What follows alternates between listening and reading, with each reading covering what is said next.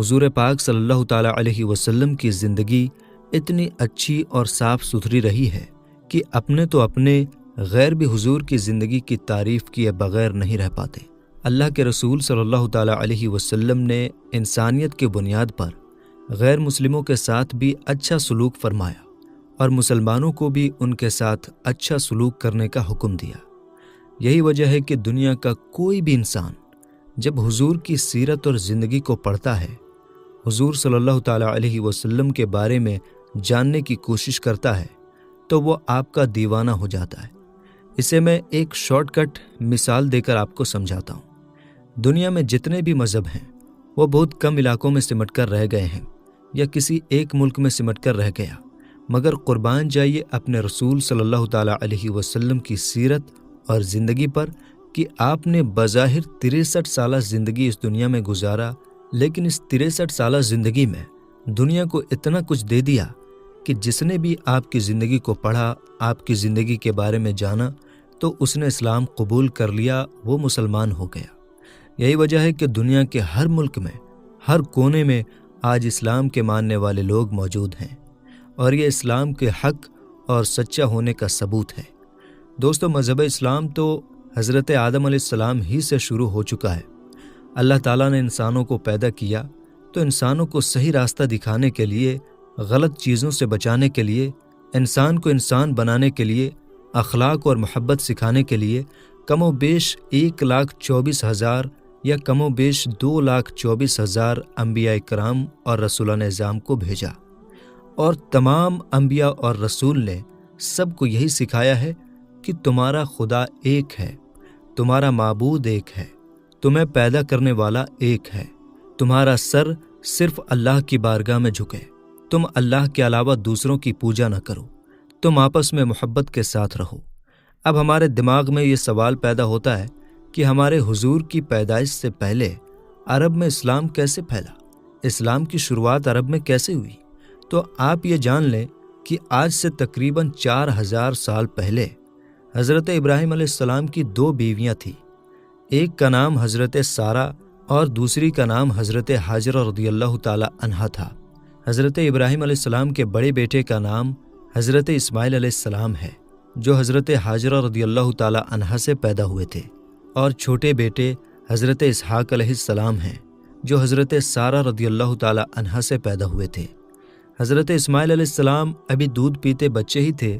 کہ اللہ تعالیٰ نے حضرت ابراہیم علیہ السلام کو حکم دیا کہ اپنے بیٹے اسماعیل اور اپنی بیوی حاجرہ کو مکہ پہنچا دو۔ اس زمانے میں مکہ کی سرزمین پر کوئی آبادی نہیں تھی، نہ کوئی انسان تھا، نہ کوئی جانور، نہ کوئی پرندہ، نہ کوئی چھایا دار پیڑ، آس پاس صرف ببول وغیرہ کے درخت تھے، باقی سنسان میدان تھا، اور پانی کا تو کوئی نام و نشان نہ تھا۔ اللہ تعالیٰ کا حکم پاتے ہی حضرت ابراہیم علیہ السلام نے حضرت اسماعیل علیہ السلام اور حضرت حاجرہ کو ساتھ لیا اور فلسطین سے چل پڑے۔ جب مکہ کی سرزمین پر پہنچے تو سواری کو روکا اور ان دونوں کو ایک پیڑ کے نیچے اتارا۔ پھر حضرت حاجرہ کو کچھ کھجور اور ایک مشک پانی یعنی ایک چمڑی کی تھیلی میں پانی دے کر واپس جانے لگے۔ آپ کو واپس جاتے دیکھ کر حضرت حاجرہ نے پوچھا، ہمیں سنسان بیابان میں کس کے سہارے چھوڑ کر آپ جا رہے ہیں؟ حضرت ابراہیم علیہ السلام نے نہ اس بات کا کچھ جواب دیا، نہ مڑ کر دیکھا۔ جب کئی بار پوچھنے پر جواب نہ ملا تو حضرت حاجرہ نے عرض کیا، کیا اس طرح ہم دونوں کو چھوڑ کر جانے کا حکم آپ کو اللہ تعالیٰ نے دیا ہے؟ حضرت ابراہیم علیہ السلام نے فرمایا، ہاں۔ یہ سن کر حضرت حاجرہ نے اطمینان کا سانس لیا اور بولی کہ جب اللہ تعالیٰ کا حکم ہے تو وہ ہم دونوں کی ضرور حفاظت فرمائے گا۔ حضرت حاجرہ رضی اللہ تعالی عنہا کھجور کھاتیں اور مشک سے پانی پیتیں۔ کچھ دنوں کے بعد کھجور اور پانی ختم ہو گئے تو آپ بہت پریشان ہوئیں، یہاں تک کہ پیاس کی شدت سے آپ کی چھاتی کا دودھ بھی سوکھ گیا۔ اب حضرت اسماعیل علیہ السلام کی جان کے لالے پڑ گئے۔ حضرت اسماعیل علیہ السلام اس وقت بہت ہی ننھے دودھ پیتے بچے تھے، بھوک اور پیاس کے مارے تڑپ تڑپ کر ایڑیاں رگڑنے لگے۔ حضرت حاجرہ رضی اللہ تعالی عنہا یہ حال دیکھ کر بے چین ہو گئیں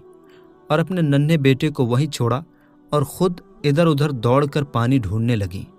قریب ہی صفا اور مروہ نام کی 2 پہاڑیاں تھیں۔ آپ دوڑ کر کبھی صفا پہاڑی پر چڑھتیں اور کبھی مروہ پر جاتیں اور دور دور تک نظریں دوڑا کر پانی کی کھوج کرتیں۔ اس طرح ان دونوں پہاڑیوں کا آپ نے 7 مرتبہ چکر لگایا، مگر پانی کا کہیں پتہ نہ چل سکا۔ آخری بار آپ ادھر مروہ کی پہاڑی پر چڑھ کر پانی کی تلاش کر رہی تھیں تو فرشتے حضرت جبریل علیہ السلام اللہ تعالیٰ کے حکم سے حضرت اسماعیل علیہ السلام کے پاس آئے اور زمین میں ایک ٹھوکر لگائی،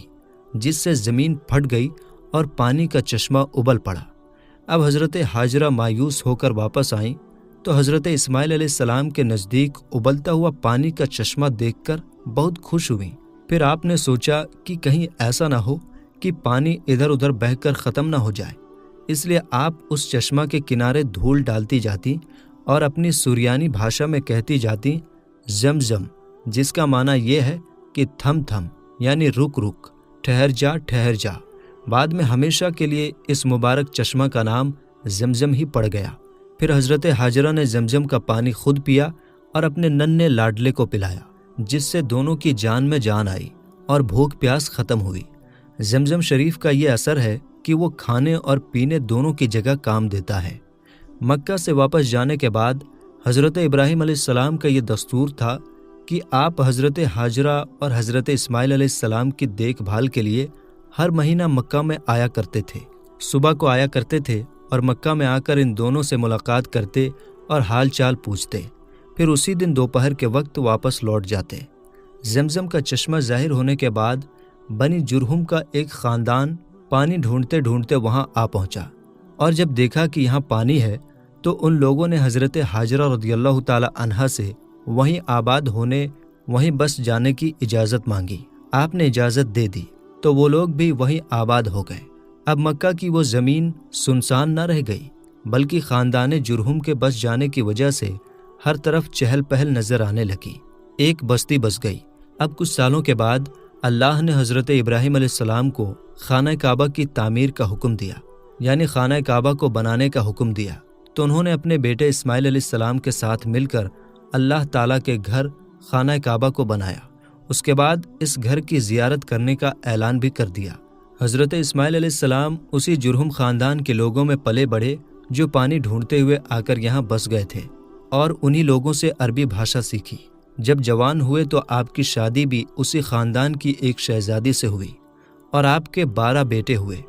اور آپ کی اولاد میں اللہ تعالیٰ نے اس طرح برکت عطا فرمائی کہ وہ بہت جلد پورے عرب میں پھیل گئے۔ حضرت اسماعیل علیہ السلام کے ایک بیٹے جن کا نام قیدار تھا بہت مشہور ہوئے، اور ان کی اولاد خاص مکہ میں آباد رہی، اور یہ لوگ اپنے باپ کی طرح ہمیشہ خانہ کعبہ کی خدمت کرتے رہے، یعنی خانہ کعبہ کی دیکھ ریکھ کرتے رہے۔ انہی قیدار کی اولاد میں عدنان پیدا ہوئے، اور عدنان کی اولاد میں کچھ پیڑھیوں کے بعد قصی پیدا ہوئے، جنہوں نے مکہ مکرمہ میں لوگوں کو ایک جٹ کر کے لوگوں کی ایک انجمن بنا کر 440 عیسوی میں ایک حکومت بنائی، اور ایک قومی پارلیمنٹ بنائی، ایک سنسد بنائی جو دارالندوہ کے نام سے مشہور ہے، اور ایک قومی جھنڈا بنایا جس کو لیوا یا لوا کہتے تھے۔ قصی کے بعد ان کے بیٹے عبد مناف نے اپنے باپ کی حکومت سنبھالی، پھر ان کے بیٹے ہاشم، پھر ان کے بیٹے عبد المطلب، ایک کے بعد ایک دوسرے کی جانشین ہوتے رہے، یعنی ایک کے بعد ایک دوسرے کی جگہ لیتے رہے۔ اب اللہ تعالیٰ نے عبد المطلب جو کہ ہمارے حضور صلی اللہ تعالیٰ علیہ وسلم کے دادا تھے، ان کو 10 بیٹے عطا فرمایا، جن میں سے حضرت عبداللہ سب سے زیادہ خوبصورت تھے، اور یہی ہم سب کے پیارے آقا صلی اللہ تعالیٰ علیہ وسلم کے ابو تھے۔ ان کے بارے میں کچھ ضروری باتیں آپ سنیں۔ ہمارے حضور صلی اللہ تعالیٰ علیہ وسلم کے ابو حضرت عبداللہ عبد المطلب کے تمام بیٹوں میں سب سے زیادہ لاڈلے اور پیارے اور خوبصورت تھے، کیونکہ ان کے ماتھے پر نور محمدی پوری شان و شوکت کے ساتھ چمک رہا تھا۔ ہر کوئی ان کو اپنا داماد بنانا چاہتا تھا۔ قریش کے خاندان کی تمام عورتیں ان کی خوبصورتی پر فدا تھیں، لیکن عبد المطلب اپنے اس بیٹے کے لیے ایک ایسی لڑکی کی تلاش میں تھے جو سیرت اور صورت میں بے مثال ہو، اور پھر آخرکار وہ دن آ ہی گیا جس دن کا آپ کو انتظار تھا، یعنی حضرت عبداللہ کی شادی حضرت آمنہ رضی اللہ تعالی عنہا سے ہوئی، جو وہب بن مناف کی لڑکی تھی۔ پھر نور محمدی حضرت عبداللہ سے ٹرانسفر ہو کر بیوی آمنہ کے شکم مبارک میں آ گیا، اور جب حمل کے 2 مہینے پورے ہو گئے تو ہمارے حضور کے دادا عبد المطلب نے آپ کے ابو حضرت عبداللہ کو کھجوریں لینے کے لیے مدینہ بھیجا یا بزنس کے لیے ملک شام بھیجا۔ وہاں سے واپس لوٹتے وقت مدینہ میں آپ کے ابو حضرت عبداللہ اپنے ماموں کے گھر میں 1 مہینہ بیمار رہ کر 25 سال کی عمر میں آپ کے ابو وفات پا گئے، اور وہیں ایک جگہ جس کا نام دار نابغہ ہے، اسی جگہ آپ کے ابو دفن کر دیے گئے۔ آپ کے ابو کے ساتھ گئے ہوئے قافلے والوں نے جب مکہ میں آ کر حضرت عبد المطلب کو آپ کے ابو کی بیماری کا حال سنایا تو انہوں نے جانچ پڑتال کے لیے اپنے سب سے بڑے بیٹے حارث کو مدینہ بھیجا۔ ان کے مدینہ پہنچنے سے پہلے ہی حضرت عبداللہ وفات پا چکے تھے۔ حارث نے مکہ واپس آ کر جب وفات کی خبر سنائی تو سارے خاندان والوں پر ماتم چھا گیا۔ حضور صلی اللہ تعالیٰ علیہ وسلم کی پیدائش سے پہلے بہت سارے نبی اور رسول عرب کی سرزمین پر تشریف لائے اور اللہ کا پیغام، اللہ کا میسج لوگوں تک پہنچایا کہ اے لوگو، تم سب صرف ایک خدا کی عبادت کرو، تم اپنے سر کو صرف خدا کی بارگاہ میں جھکاؤ، اپنے ہاتھوں سے بنائے ہوئے مورتیوں کے سامنے اپنے سر کو مت جھکاؤ، تم بہت عزت والے ہو، تمہاری یہ شان نہیں کہ تم پتھروں کے سامنے اپنے سر کو جھکاؤ، تم سب سے بہترین مخلوق ہو، اللہ تعالیٰ نے جتنی چیزوں کو پیدا کیا ہے ان میں تم سب سے بہتر ہو، تو پھر وہ چیزیں عبادت کے لائق کیسے ہو سکتی ہیں جو مرتبے میں تم سے نیچے ہے؟ سر تو اس کی بارگاہ میں جھکے گا جو مرتبے میں ہم سب سے اونچا ہو، اور اگر ہم نے اپنا سر اس کے آگے جھکا دیا جو مرتبے میں ہم سے نیچے ہے تو ہم نے اپنے آپ کو ذلیل کر دیا، رسوا کر دیا۔ یہ ہر نبی نے سب لوگوں کو بتایا، لیکن بہت جلد لوگ ان نبیوں اور رسولوں کے پیغام کو بھول گئے، اور 6 صدی عیسوی کے آخر میں دنیا کے حالات اس طرح بگڑ گئے، لوگ اپنے خدا سے اس طرح دور ہو گئے، لوگ نبیوں اور رسولوں کی سکھائی ہوئی باتوں سے اتنے دور ہو گئے کہ دنیا کے کسی حصے میں کوئی ایسی قوم نہیں تھی جو اللہ تعالیٰ کا نام لیوا ہو، اور اگر کسی قوم میں کوئی آدمی ایسا ہوتا جو اللہ تعالیٰ کا نام لیوا ہوتا تو ان پر جہالت کے اتنے بڑے بڑے پردے پڑے ہوئے تھے کہ ان کی جو اصلی صورت تھی وہ نظر نہیں آتی تھی۔ حضرت عیسیٰ علیہ السلام سے لے کر ہمارے نبی صلی اللہ تعالیٰ علیہ وسلم تک 571 سال کا ایک لمبا زمانہ ہے، اور یہ دنیا کا سب سے اندھیرا زمانہ کہلاتا ہے۔ یہ وہ زمانہ ہے جس میں پوری دنیا میں جہالت، گمراہی، ظلم، زیادتی اس طرح پھیلی ہوئی تھی کہ اس زمانے کو دنیا کے اتہاس میں زمانہ جاہلیت سے یاد کیا جاتا ہے۔ لوگ اپنے خدا کو بھول بیٹھے تھے، ایک خدا کے علاوہ اپنے لیے سینکڑوں خدا بنا بیٹھے تھے، ہر طرف شرک اور مورتیوں کی پوجا عام تھی، ہر عجیب و غریب اور طاقتور چیز کو لوگ اپنا خدا سمجھتے تھے، ہاتھوں سے مورتیاں بناتے اور ان کی عبادت میں لگ جاتے۔ اخلاق اور محبت کا جنازہ نکل چکا تھا، عدل اور انصاف کی آواز اٹھانے والا کوئی نظر نہیں آتا تھا، بیواؤں اور یتیموں کا کوئی مقام اور سہارا نہ تھا، بیٹیوں کو زندہ دفن کر دیا جاتا تھا، اور پوری دنیا ایک ایسی ہستی کا انتظار کر رہی تھی جو ایک قانون لے کر آئے اور بھٹکے ہوئے انسانوں کو صحیح راستہ دکھائے۔ ایسے حالات میں اللہ تعالیٰ نے حضور نبی رحمت صلی اللہ تعالیٰ علیہ وسلم کو پوری دنیا کے لیے اور قیامت تک آنے والے تمام انسانوں، جنوں، فرشتوں، حیوانوں سب کے لیے نبی، رسول اور رحمت للعالمین بنا کر اس کائنات کے اندر، اس دھرتی کے اوپر بھیجا۔ جس طرح سورج نکلنے سے پہلے ستارے چھپ جاتے ہیں، صبح کی سفیدی ظاہر ہو جاتی ہے، سورج کی لالی سورج کے نکلنے کا اشارہ دینے لگتی ہے، اسی طرح جب حضور صلی اللہ تعالیٰ علیہ وسلم کی پیدائش کا زمانہ قریب آ گیا تو پوری کائنات میں، پورے یونیورس میں بہت سے ایسے عجیب عجیب واقعات ظاہر ہوئے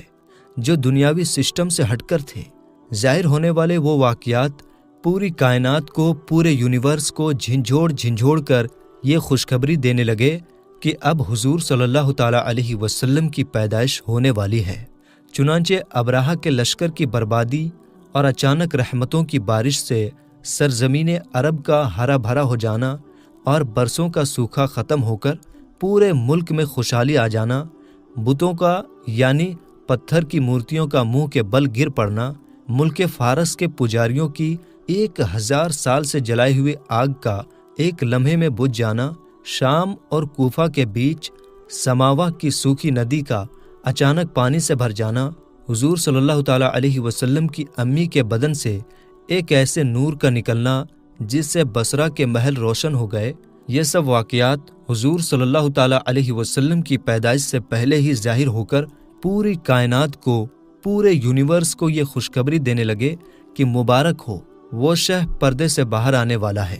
گدائی کو زمانہ جس کے در پر آنے والا ہے۔ محدث ابو نعیم نے اپنی کتاب دلائل النبوہ میں حضرت عبداللہ بن عباس رضی اللہ تعالیٰ عنہما کی روایت سے یہ حدیث بیان کی ہے کہ جس رات حضور صلی اللہ تعالیٰ علیہ وسلم کی نبوت کا نور حضرت عبداللہ رضی اللہ تعالیٰ عنہ سے حضرت آمنہ رضی اللہ تعالیٰ عنہ کے بطن مقدس میں پہنچا تو پوری دنیا کے تمام جانوروں، خاص طور سے قریش کے جانوروں کو اللہ تعالیٰ نے بولنے کی طاقت عطا فرمائی،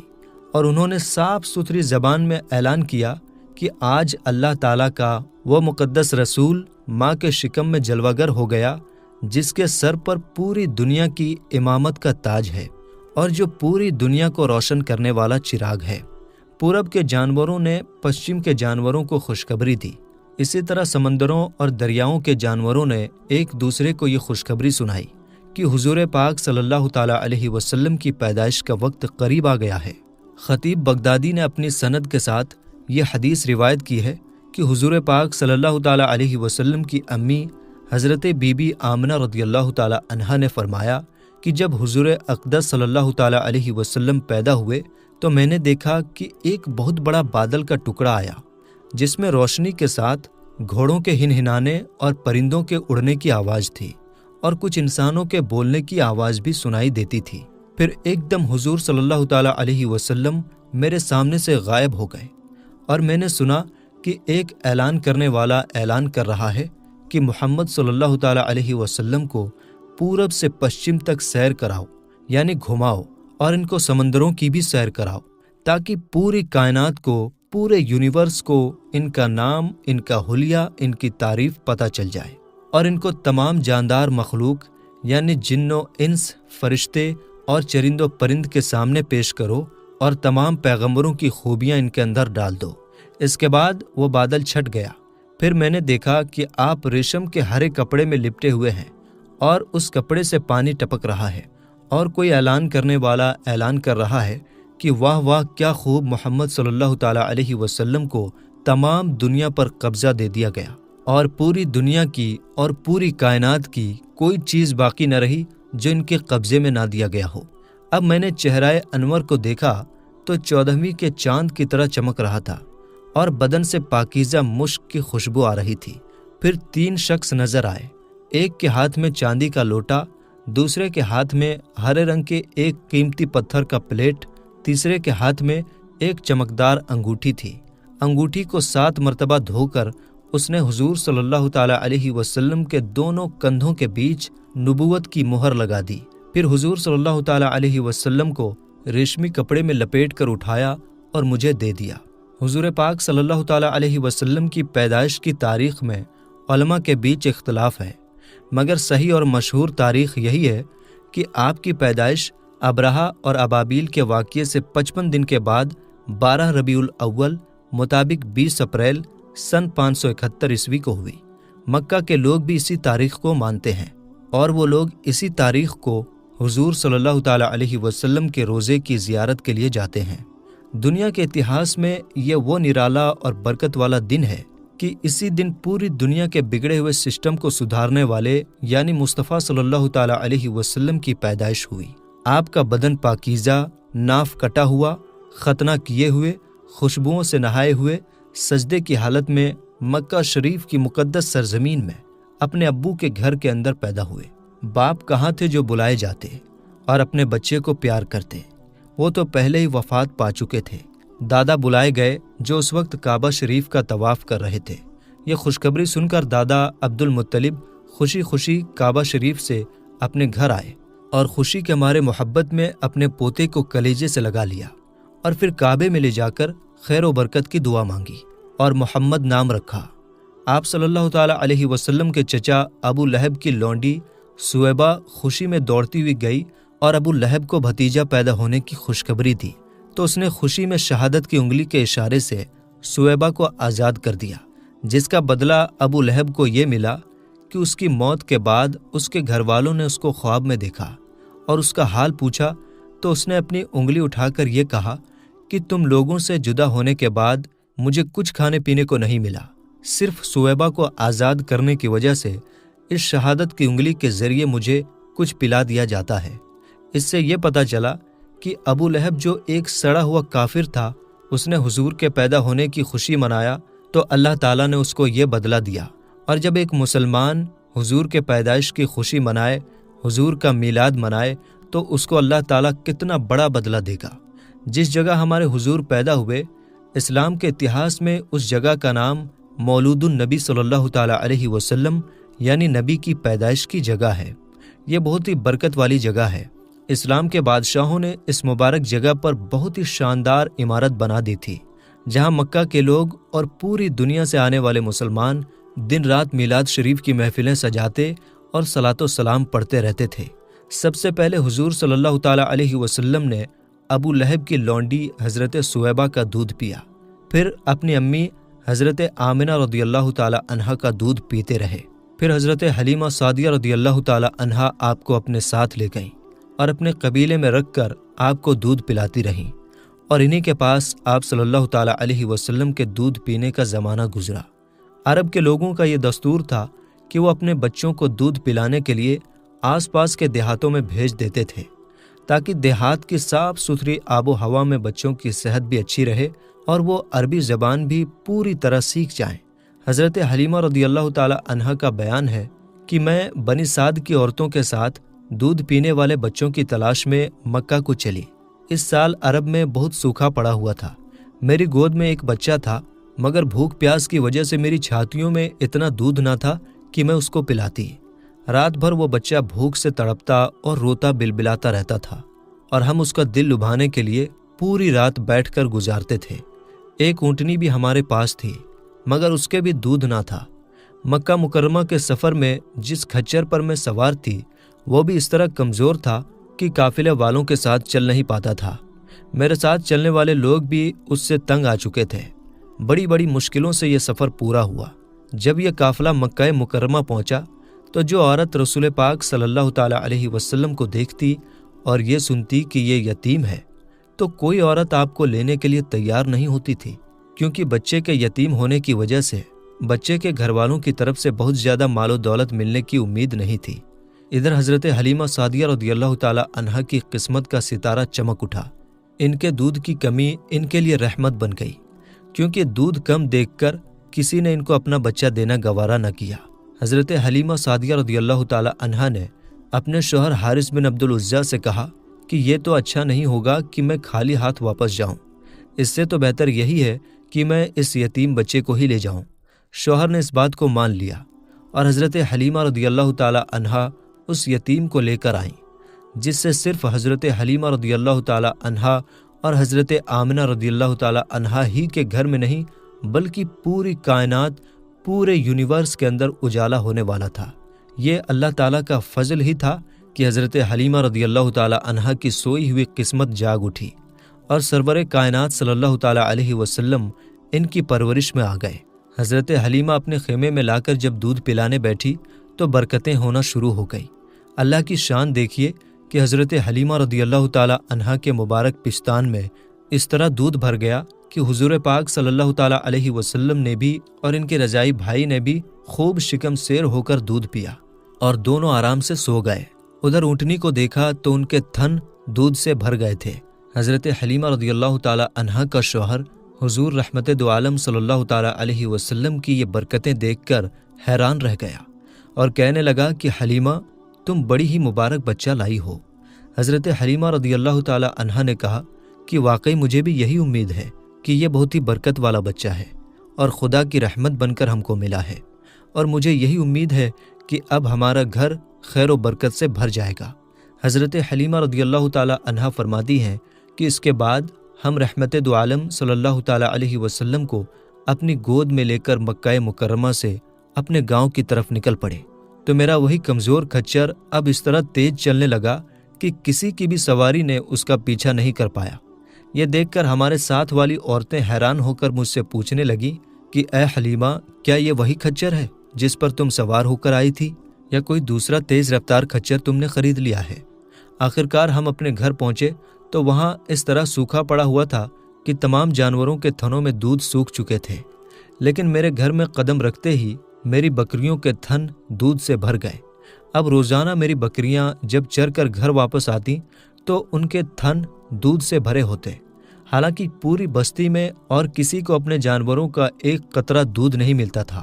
میرے قبیلے والوں نے اپنے چرواہوں سے کہا کہ تم لوگ بھی اپنے جانوروں کو اسی جگہ چراؤ جہاں حلیمہ رضی اللہ تعالی عنہا کے جانور چرتے ہیں۔ چنانچہ سب لوگ اسی جگہ اپنے جانوروں کو چرانے لگے جہاں میری بکریاں چرتی تھیں، مگر یہاں چرنے والی جگہ اور جنگل کی کوئی بات نہیں تھی، بلکہ یہ تو رحمت دو عالم صلی اللہ تعالی علیہ وسلم کے آنے کی برکت تھی، جس کو میں اور میرے شوہر کے سوا میری قوم کا کوئی شخص نہیں سمجھ سکتا تھا۔ آخرکار اسی طرح ہر دم ہر قدم پر ہم لگاتار آپ صلی اللہ تعالی علیہ وسلم کی برکتوں کو دیکھ رہے تھے، یہاں تک کہ 2 سال پورے ہو گئے اور میں نے آپ کا دودھ چھڑا دیا۔ آپ صلی اللہ تعالی علیہ وسلم کی تندرستی اور فٹنس کا حال دوسرے بچوں سے اتنا اچھا تھا کہ 2 سال میں آپ صلی اللہ تعالی علیہ وسلم خوب اچھے بڑے معلوم ہونے لگے۔ اب ہم دستور کے مطابق رحمت دو عالم صلی اللہ تعالی علیہ وسلم کو ان کی امی کے پاس لائے اور انہوں نے اپنی حیثیت کے حساب سے ہمیں تحفے دیے۔ حضور پاک صلی اللہ تعالی علیہ وسلم کی پیدائش ہوئی، پھر حضرت حلیمہ سعدیہ رضی اللہ تعالی عنہا آپ کو لے گئیں اور آپ کا بچپن گزرنے لگا۔ اس کے بعد آگے آپ صلی اللہ تعالی علیہ وسلم کی تندرستی اور فٹنس کا حال دوسرے بچوں سے اتنا اچھا تھا کہ 2 سال میں آپ صلی اللہ تعالی علیہ وسلم خوب اچھے بڑے معلوم ہونے لگے۔ حضرت حلیمہ سعدیہ رضی اللہ تعالی عنہا فرماتی ہیں، اب ہم دستور کے مطابق رحمت دو عالم صلی اللہ تعالی علیہ وسلم کو ان کی امی کے پاس لائے اور انہوں نے اپنی حیثیت کے حساب سے ہمیں تحفے دیے۔ حالانکہ اب ہمیں رحمت عالم صلی اللہ تعالی علیہ وسلم کو اپنے پاس رکھنے کا کوئی حق نہیں تھا، مگر آپ صلی اللہ تعالی علیہ وسلم کی برکتوں کی وجہ سے ایک پل کے لیے بھی ہم کو آپ صلی اللہ تعالی علیہ وسلم کی جدائی گوارا نہیں تھی، یعنی آپ صلی اللہ تعالی علیہ وسلم کی جدائی برداشت نہیں تھی۔ عجیب اتفاق کہ اس سال مکہ میں وبائی بیماری پھیلی ہوئی تھی، چنانچہ ہم نے اس وبائی بیماری کا بہانہ کر کے حضرت بی بی آمنہ رضی اللہ تعالی عنہا کو منا لیا، اور پھر ہم رحمت عالم صلی اللہ تعالی علیہ وسلم کو واپس اپنے گھر لائے، اور پھر ہمارا گھر رحمتوں اور برکتوں کی خدان بن گیا، اور آپ صلی اللہ تعالی علیہ وسلم ہمارے پاس خوشی خوشی رہنے لگے۔ جب آپ صلی اللہ تعالی علیہ وسلم کچھ بڑے ہوئے تو گھر سے باہر نکلتے اور دوسرے لڑکوں کو کھیلتے ہوئے دیکھتے، مگر خود کھیل کود سے دور رہتے۔ ایک روز مجھ سے کہنے لگے کہ اماں جان، میرے دوسرے بھائی بہن دن بھر نظر نہیں آتے، یہ لوگ ہمیشہ صبح کو اٹھ کر روزانہ کہاں چلے جاتے ہیں؟ میں نے کہا کہ یہ لوگ بکریاں چرانے جاتے ہیں۔ یہ سن کر آپ نے فرمایا، اماں جان، آپ مجھے بھی میرے بھائی بہنوں کے ساتھ بھیجا کیجیے۔ چنانچہ آپ صلی اللہ تعالی علیہ وسلم کے بار بار ضد کرنے سے مجبور ہو کر آپ کو حضرت حلیمہ رضی اللہ تعالی عنہا نے اپنے بچوں کے ساتھ جانے کی اجازت دے دی، اور آپ روزانہ جہاں حضرت حلیمہ رضی اللہ تعالی عنہا کی بکریاں چرتی تھیں شروعات کرنے سے پہلے اور بکریوں کی دیکھ بھال کرتے رہے، جان لینا جو تمام انبیاء اور رسولوں کی سنت ہے۔ آپ نے اپنے اس کام سے بچپن ہی میں نبیوں کی ایک عادت کا اظہار کر دیا۔ ایک دن آپ صلی اللہ تعالی علیہ وسلم بکریاں چرا رہے تھے کہ ایک دم حضرت حلیمہ رضی اللہ تعالی عنہا کا ایک بیٹا زمرہ دوڑتے ہوئے اور ہانفتے کانپتے ہوئے اپنے گھر آیا اور اپنی ماں حضرت بی بی حلیمہ رضی اللہ تعالی عنہا سے کہا کہ اماں جان، بڑا غضب ہو گیا، محمد صلی اللہ تعالی علیہ وسلم کو 3 آدمیوں نے جو بہت ہی سفید کپڑے پہنے ہوئے تھے چت لٹا کر ان کا سینہ چیر ڈالا، اور میں اسی حال میں ان کو چھوڑ کر بھاگا ہوا آیا ہوں۔ یہ سن کر حضرت حلیمہ رضی اللہ تعالی عنہا اور ان کے شوہر دونوں چونک گئے اور گھبراتے ہوئے دوڑ کر جنگل میں پہنچے تو یہ دیکھا کہ آپ صلی اللہ تعالی علیہ وسلم بیٹھے ہوئے ہیں، مگر ڈر کے مارے چہرہ پیلا اور اداس ہے۔ حضرت حلیمہ رضی اللہ تعالی عنہا کے شوہر نے بہت ہی پیار سے پوچھا کہ بیٹا کیا بات ہے؟ تو آپ صلی اللہ تعالی علیہ وسلم نے فرمایا کہ 3 شخص جن کے کپڑے بہت ہی سفید اور صاف ستھرے تھے میرے پاس آئے اور مجھ کو چت لٹا کر میرا سینہ چیر کر اس میں سے کوئی چیز نکال کر باہر پھینک دی اور پھر کوئی چیز میرے سینے میں ڈال کر سی دیا، لیکن مجھے ذرہ برابر بھی کوئی تکلیف نہیں ہوئی۔ یہ واقعہ سن کر حضرت حلیمہ رضی اللہ تعالی عنہا اور ان کے شوہر دونوں بہت گھبرائے، اور شوہر نے کہا کہ حلیمہ، مجھے ڈر ہے کہ ان کے اوپر شاید کچھ جادو کا اثر ہے، لہٰذا بہت جلد تم ان کو ان کے گھر والوں کے پاس چھوڑ آؤ۔ اس کے بعد حضرت حلیمہ رضی اللہ تعالی عنہا آپ کو لے کر مکہ مکرمہ آئیں، کیونکہ انہیں اس واقعے سے یہ ڈر پیدا ہو گیا تھا کہ شاید اب ہم صحیح طریقے سے ان کی حفاظت نہیں کر پائیں گے۔ حضرت حلیمہ رضی اللہ تعالی عنہا نے جب مکہ پہنچ کر آپ صلی اللہ تعالی علیہ وسلم کو آپ صلی اللہ تعالی علیہ وسلم کی امی کے حوالے کیا تو انہوں نے پوچھا کہ حلیمہ، تم تو بڑی خواہش اور چاہت کے ساتھ میرے بچے کو اپنے گھر لے گئی تھی، پھر اس طرح جلد واپس لے آنے کی وجہ کیا ہے؟ جب حضرت حلیمہ رضی اللہ تعالی عنہا نے سینہ چیرنے کا واقعہ بتایا اور جادو ہونے کا اندیشہ ظاہر کیا تو حضرت بی بی آمنہ رضی اللہ تعالی عنہا نے فرمایا کہ ہرگز نہیں، خدا کی قسم، میرے نور نظر پر ہرگز کبھی بھی کسی جن یا شیطان کا اثر نہیں ہو سکتا۔ میرے بیٹے کی بڑی شان ہے۔ پھر پیدائش کے وقت کے حیران کر دینے والے واقعات سنا کر حضرت حلیمہ رضی اللہ تعالی عنہا کو اطمینان کر دیا، اور حضرت حلیمہ رضی اللہ تعالی عنہا آپ صلی اللہ تعالی علیہ وسلم کو آپ کی امی کے حوالے کر کے اپنے گاؤں میں واپس چلی آئیں، اور آپ صلی اللہ تعالی علیہ وسلم اپنی امی کی دیکھ ریکھ میں پرورش پانے لگے۔ جب حضور پاک صلی اللہ تعالی علیہ وسلم حضرت حلیمہ رضی اللہ تعالی عنہا کے گھر سے مکہ مکرمہ پہنچ گئے اور اپنی امی کے پاس رہنے لگے تو حضرت ام ایمن جو آپ کے ابو کی باندی تھی، آپ صلی اللہ تعالی علیہ وسلم کی جی جان سے دیکھ بھال کرنے لگی۔ ام ایمن کا نام برکہ تھا۔ یہ آپ صلی اللہ تعالی علیہ وسلم کو آپ کے ابو کی وراثت میں ملی تھی۔ یہی آپ کو کھانا کھلاتی، کپڑے پہناتی تھیں، آپ کے کپڑے دھویا کرتی تھیں۔ آپ صلی اللہ تعالی علیہ وسلم نے اپنے آزاد کیے ہوئے غلام حضرت زید بن حارثہ رضی اللہ تعالی عنہ سے ان کا نکاح کر دیا تھا، جن سے حضرت اسامہ بن زید رضی اللہ تعالی عنہ پیدا ہوئے۔ حضرت حلیمہ رضی اللہ تعالی عنہ کا بیان ہے کہ آپ صلی اللہ تعالی علیہ وسلم کا جھولا فرشتوں کے ہلانے سے ہلتا تھا، اور آپ بچپن میں چاند کی طرف انگلی اٹھا کر اشارہ فرماتے تھے تو چاند آپ صلی اللہ تعالی علیہ وسلم کی انگلی کے اشاروں پر حرکت کرتا تھا۔ جب آپ کی زبان کھلی تو سب سے پہلے جو کلام آپ کی زبان مبارک سے نکلا وہ یہ تھا: اللہ اکبر، اللہ اکبر، الحمدللہ رب العالمین وسبحان اللہ بکرۃ و اصیلا۔ بچوں کی عادات کے مطابق کبھی بھی آپ صلی اللہ تعالی علیہ وسلم نے کپڑوں میں پاخانہ پیشاب نہیں فرمایا، بلکہ ہمیشہ ایک فکس ٹائم پر حاجت فرماتے۔ اگر کبھی آپ صلی اللہ تعالی علیہ وسلم کی شرمگاہ کھل جاتی تو آپ رو رو کر فریاد کرتے، اور جب تک شرمگاہ نہ چھپ جاتی آپ کو چین نہیں آتا تھا، اور اگر شرمگاہ چھپانے میں مجھ سے تھوڑی دیری ہو جاتی تو غیب سے کوئی آپ کے شرمگاہ چھپا دیتا۔ جب آپ اپنے پاؤں پر چلنے کے قابل ہوئے تو باہر نکل کر بچوں کو کھیلتے ہوئے دیکھتے، مگر خود نہیں کھیلتے تھے۔ لڑکے آپ کو کھیلنے کے لیے بلاتے تو آپ فرماتے کہ میں کھیلنے کے لیے نہیں پیدا کیا گیا ہوں۔ حضور اکرم صلی اللہ تعالی علیہ وسلم کی عمر شریف جب 6 سال کی ہو گئی تو آپ کی امی آپ کو ساتھ لے کر مدینہ منورہ آپ کے دادا عبد المطلب کے ننیحال بنو عدی بن نجار میں رشتہ داروں کی ملاقات یا اپنے شوہر کی قبر کی زیارت کے لیے تشریف لے گئیں۔ حضور پاک صلی اللہ تعالی علیہ وسلم کے ابو کی باندی ام ایمن بھی اس سفر میں آپ کے ساتھ تھیں۔ وہاں سے لوٹتے وقت ابوا نامی گاؤں میں آپ صلی اللہ تعالی علیہ وسلم کی امی حضرت بی بی آمنہ رضی اللہ تعالی عنہا کی وفات ہو گئی اور ان کو وہیں دفن کیا گیا۔ باپ کا سایہ تو پیدائش سے پہلے ہی سر سے اٹھ چکا تھا، اور اب امی کا بھی انتقال ہو گیا۔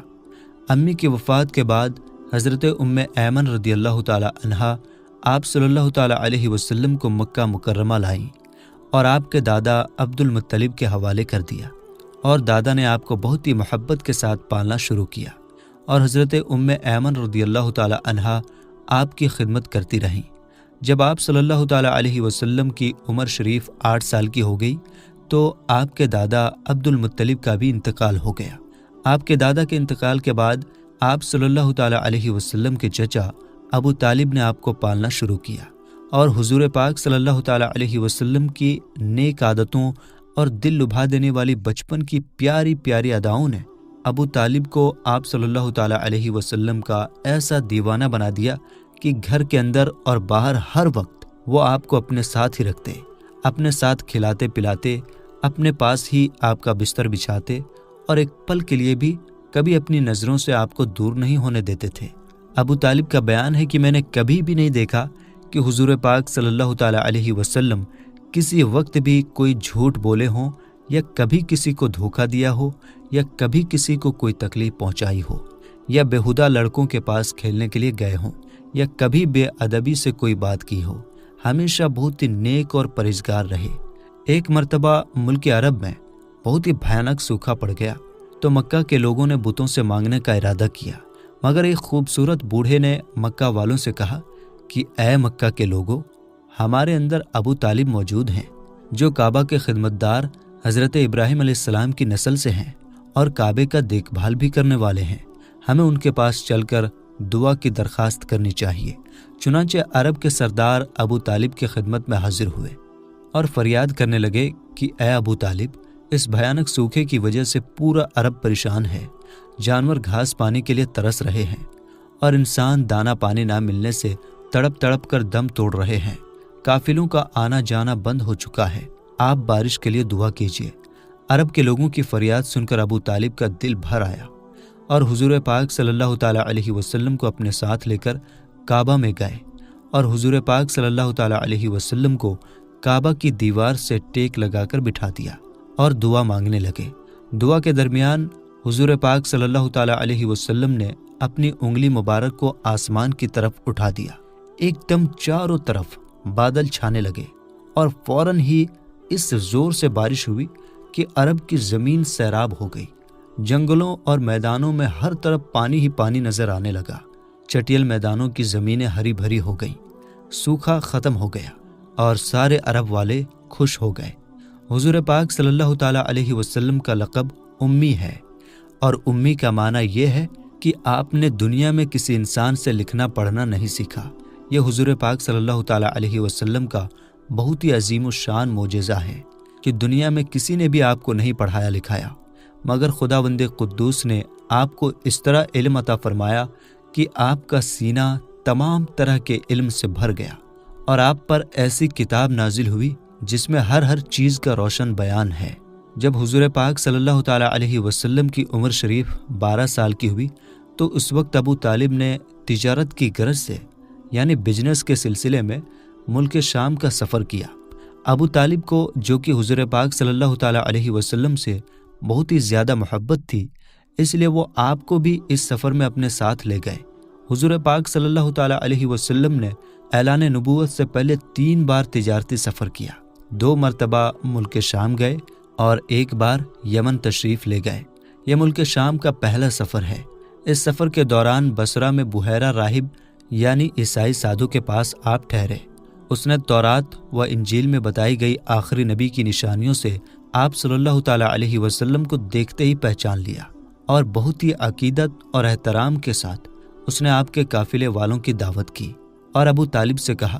کہ یہ سارے جہان کے سردار اور رب العالمین کے رسول ہیں، جن کو اللہ تعالیٰ نے رحمت للعالمین بنا کر بھیجا ہے۔ میں نے دیکھا کہ درخت اور پتھر ان کو سجدہ کرتے ہیں، اور بادل ان پر سایہ کرتا ہے، اور ان کے دونوں کندھوں کے بیچ نبی ہونے کا مہر ہے۔ اس لیے تمہارے حق میں یہی بہتر ہوگا کہ اب تم ان کو لے کر آگے نہ جاؤ، اور اپنے تجارت کا مال یہیں بیچ کر بہت جلد مکہ چلے جاؤ، کیونکہ ملک شام میں یہودی لوگ ان کے بہت بڑے دشمن ہیں، وہاں پہنچتے ہی وہ لوگ ان کو شہید کر ڈالیں گے۔ اس عیسائی سادھو کے کہنے پر ابو طالب کو خطرہ محسوس ہونے لگا، چنانچہ انہوں نے وہیں اپنی تجارت کا مال بیچ دیا، اور بہت جلد حضور پاک صلی اللہ تعالیٰ علیہ وسلم کو اپنے ساتھ لے کر مکہ مکرمہ واپس آ گئے۔ بحیرہ سادھو نے چلتے وقت بہت ہی عقیدت کے ساتھ آپ کو سفر کا کچھ سامان بھی دیا۔ اسلام سے پہلے عرب کے لوگوں کے بیچ بہت لمبے وقت سے لڑائیاں چل رہی تھی۔ انہی لڑائیوں میں سے ایک مشہور لڑائی جنگ فجار کے نام سے مشہور ہے۔ عرب کے لوگ ذوالقعدہ، ذوالحجہ، محرم اور رجب ان 4 مہینوں کا بہت احترام کرتے تھے اور ان مہینوں میں لڑائی کرنے کو گناہ جانتے تھے، یہاں تک کہ عام طور پر ان مہینوں میں لوگ تلواروں کو رکھ دیتے تھے اور بھالوں کی برچیاں اتار لیتے تھے۔ مگر اس کے باوجود کبھی کبھی کچھ ایسے ہنگامی حالات پیدا ہو گئے کہ مجبوراً ان مہینوں میں بھی لڑائیاں کرنی پڑی۔ ان لڑائیوں کو عرب کے لوگ گناہ کی لڑائیاں کہتے تھے۔ سب سے آخری جنگ فجار جو قریش اور قیس کے قبیلوں کے بیچ ہوئی، اس وقت حضور پاک صلی اللہ تعالیٰ علیہ وسلم کی عمر شریف 20 سال کی تھی۔ کیونکہ قریش اس جنگ میں حق پر تھے، اس لیے ابو طالب وغیرہ اپنے چچاؤں کے ساتھ آپ بھی اس جنگ میں شامل ہوئے، مگر کسی پر ہتھیار نہیں اٹھایا، صرف اتنا ہی کیا کہ اپنے چچاؤں کو تیر اٹھا کر دیتے رہے۔ اس لڑائی میں پہلے قیس پھر قریش جیتے اور آخرکار صلح پر یہ لڑائی ختم ہو گئی۔ روز روز کی لڑائیوں سے عرب کے سینکڑوں گھرانے برباد ہو گئے تھے۔ ہر طرف آئے دن کی لوٹ مار سے ملک کا امن و سکون ختم ہو چکا تھا۔ کوئی شخص بھی اپنی جان و مال کو محفوظ نہیں سمجھتا تھا، نہ دن کو چین نہ رات کو آرام۔ اس ڈراؤنے حالات سے تنگ آ کر کچھ ایسے لوگ جو صلح اور شانتی کو پسند کرتے تھے، ان لوگوں نے جنگ فجار کے ختم ہونے کے بعد اپنا قدم ایک سمجھوتے کی طرف بڑھایا۔ چنانچہ بنو ہاشم، بنو زہرہ، بنو اسد وغیرہ قبیلہ قریش کے بڑے بڑے سردار عبداللہ بن جدعان کے گھر پر جمع ہوئے اور حضور پاک صلی اللہ تعالیٰ علیہ وسلم کے چچا زبیر بن عبد المطلب نے یہ مشورہ دیا کہ موجودہ حالات کو سدھارنے کے لیے کوئی سمجھوتا کرنا چاہیے۔ چنانچہ قبیلہ قریش کے سرداروں نے بقائے باہم کے اصول پر، یعنی کسی بات کو بنا کسی سمسیا یا وواد کے سلجھانے کے اصول پر جیو اور جینے دو کا سمجھوتا کیا اور شپت لے کر یہ وعدہ کیا کہ ہم لوگ ملک سے برائی دور کریں گے، مسافروں کی حفاظت کریں گے، غریبوں کی مدد کرتے رہیں گے، مظلوموں کی حفاظت کریں گے، کسی ظالم یا لوٹ مار کرنے والے کو مکہ میں نہیں رہنے دیں گے۔ اس سمجھوتے میں حضور پاک صلی اللہ تعالیٰ علیہ وسلم بھی شامل ہوئے اور آپ کو یہ سمجھوتا اس طرح پسند آیا تھا کہ اعلان نبوت کے بعد آپ صلی اللہ تعالیٰ علیہ وسلم فرمایا کرتے تھے کہ اس سمجھوتے سے مجھے اتنی خوشی ہوئی کہ اگر اس سمجھوتے کے بدلے میں کوئی مجھے لال رنگ کے اونٹ بھی دے دیتا تو مجھے اتنی خوشی نہیں ہوتی۔ اور آج اسلام میں بھی اگر کوئی مظلوم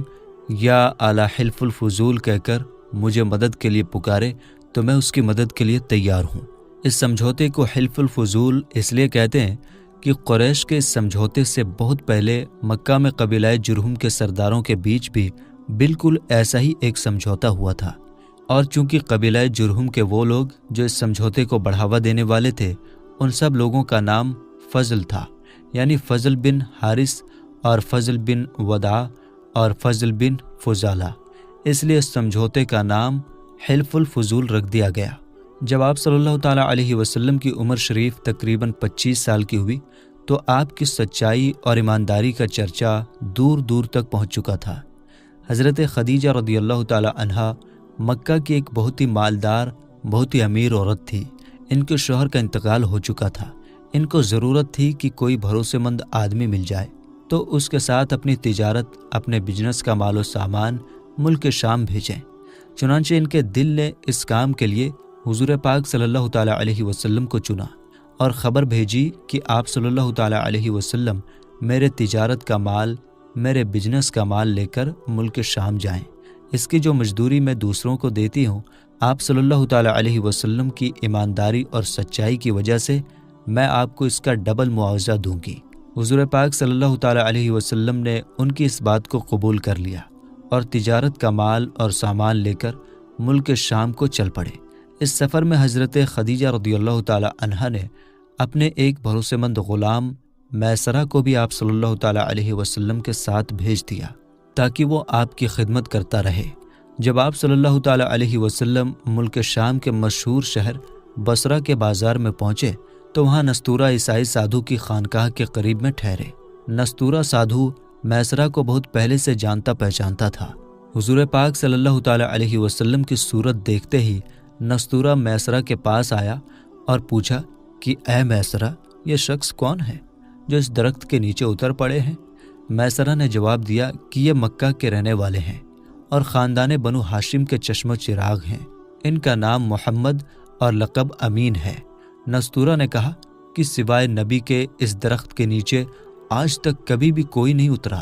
اس لیے مجھے پورا یقین ہے کہ یہی آخری نبی ہے، کیونکہ آخری نبی کی تمام نشانیاں جو میں نے توریت اور انجیل میں پڑھی ہیں وہ سب میں ان میں دیکھ رہا ہوں۔ کاش میں اس وقت تک زندہ رہتا جب یہ اپنی نبوت کا اعلان کریں گے تو میں ان کی بھرپور مدد کرتا اور پورے تن من دھن کے ساتھ ان کی خدمت کر کے اپنی پوری زندگی گزار دیتا۔ اے میسرہ، میں تم کو نصیحت اور وصیت کرتا ہوں کہ خبردار ایک لمحے کے لیے بھی تم ان سے جدا نہ ہونا اور بہت ہی پیار اور محبت کے ساتھ ان کی خدمت کرتے رہنا، کیونکہ اللہ تعالیٰ نے ان کو خاتم النبیین ہونے کا شرف عطا فرمایا ہے۔ حضور پاک صلی اللہ تعالیٰ علیہ وسلم بصرہ کے بازار میں بہت جلد تجارت کا مال بیچ کر مکہ مکرمہ واپس آ گئے۔ واپسی میں جب آپ کا قافلہ شہر مکہ میں داخل ہونے لگا تو حضرت بی بی خدیجہ رضی اللہ تعالیٰ عنہا ایک گھر کے چھت کے اوپری کمرے میں بیٹھی ہوئی قافلے کو آتا دیکھ رہی تھیں۔ جب ان کی نظر حضور پاک صلی اللہ تعالیٰ علیہ وسلم پر پڑی تو انہیں ایسا نظر آیا کہ دو فرشتے آپ صلی اللہ تعالیٰ علیہ وسلم کے سر پر دھوپ سے سایہ کیے ہوئے ہیں۔ حضرت خدیجہ رضی اللہ تعالیٰ عنہا کے دل پر اس نورانی منظر کا ایک خاص اثر ہوا اور وہ بہت ہی عقیدت و محبت کے ساتھ یہ خوبصورت نظارہ کر رہی تھیں۔ پھر اپنے غلام میسرہ سے انہوں نے کئی دن کے بعد اس کا ذکر کیا تو میسرہ نے بتایا کہ میں تو پورے سفر میں یہی منظر دیکھتا رہا ہوں، اور اس کے علاوہ میں نے ان کے بارے میں بہت سی عجیب و غریب باتیں سنی ہیں۔ پھر میسرہ نے عیسائی سادھو نستورہ کی ہوئی باتیں اور اس کی عقیدت و محبت کے بارے میں بھی بتایا۔ یہ سن کر حضرت بی بی خدیجہ رضی اللہ تعالیٰ عنہا کو آپ صلی اللہ تعالیٰ علیہ وسلم سے بے پناہ دلی محبت و عقیدت ہو گئی، اور یہاں تک کہ ان کا دل جھک گیا اور انہیں آپ صلی اللہ تعالیٰ علیہ وسلم سے نکاح کی خواہش پیدا ہو گئی۔ حضرت بی بی خدیجہ رضی اللہ تعالیٰ عنہا امیر ہونے کے ساتھ ساتھ بہت ہی شریف، نیک اور پارسا عورت تھیں۔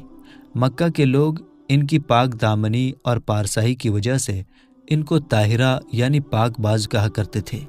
ان کی عمر 40 سال کی ہو چکی تھی۔ پہلے ان کا نکاح ابو حالہ بن زرارہ تمیمی سے ہوا تھا اور ان سے 2 لڑکے ہند بن ابو حالہ اور حالہ بن ابو حالہ پیدا ہو چکے تھے۔ پھر ابو حالہ کے انتقال کے بعد حضرت خدیجہ رضی اللہ تعالی عنہا نے دوسرا نکاح عتیق بن عابد مخزومی سے کیا۔ ان سے بھی 2 اولاد ہوئی، ایک لڑکا عبداللہ بن عتیق اور ایک لڑکی ہند بنت عتیق۔ حضرت خدیجہ رضی اللہ تعالی عنہا کے دوسرے شوہر عتیق کا بھی انتقال ہو چکا تھا۔ قریش کے بڑے بڑے سردار ان کے ساتھ نکاح کے خواہش مند تھے،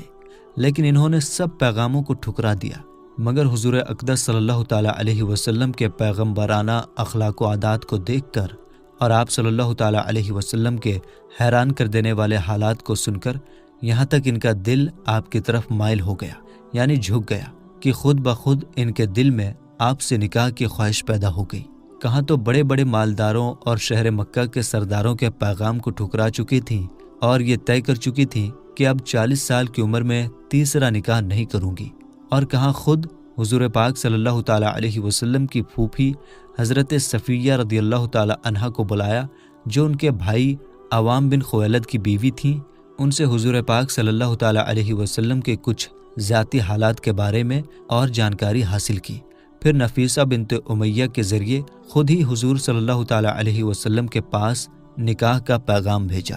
مشہور امام سیرت محمد بن اسحاق نے لکھا ہے کہ اس رشتے کو پسند کرنے کی جو وجہ حضرت خدیجہ رضی اللہ تعالیٰ عنہا نے خود حضور پاک صلی اللہ تعالیٰ علیہ وسلم سے بیان کی ہے، وہ خود ان کے الفاظ میں یہ ہے کہ میں نے آپ صلی اللہ تعالیٰ علیہ وسلم کے اچھے اخلاق اور آپ صلی اللہ تعالیٰ علیہ وسلم کی سچائی کی وجہ سے آپ کو پسند کیا۔ حضور پاک صلی اللہ تعالیٰ علیہ وسلم نے اس رشتے کو اپنے چچا